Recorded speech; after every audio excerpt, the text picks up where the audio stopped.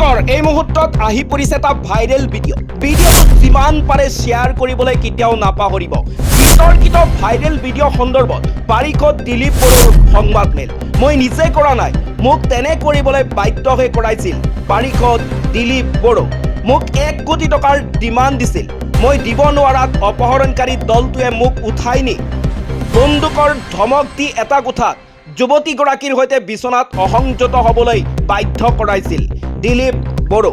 মই 2 জানুৱাৰী দিনাখন কৰ্মসূত্ৰে ঢেকিয়াজুলিলৈ গৈ থকা অৱস্থাত কেইজনমান গুণ্ডা বাহিনীয়ে মোৰ বাহন আগুচি ধৰি মোক অপহৰণ কৰি লৈ গৈছিল। মোৰ বুকুত বন্দুকৰ নলী দি মোক 1 কোটি টকাৰ ডিমাণ্ড দিছিল। মই দিব নোৱাৰাত মোক হোটেলৰ কোঠা এটাত নি মোৰ কাপোৰ খুলি এজনী ছোৱালীৰ সৈতে বিচনাত শুবলৈ বাধ্য কৰাইছিল আৰু অপহৰণকাৰীৰ দলটোৱে মোক নেকেড ভিডিঅ' প্ৰস্তুত কৰিছিল। প্ৰাণৰ ভয়ত মই তেওঁলোকে কোৱা মতে সকলো কাম কৰি গৈছিলোঁ আৰু মই প্ৰায় 3 লাখ টকা কমল মুছাহাৰী নামৰ ব্যক্তিজনৰ স্কেনাৰত অনলাইন পে'মেণ্ট কৰি দিছোঁ।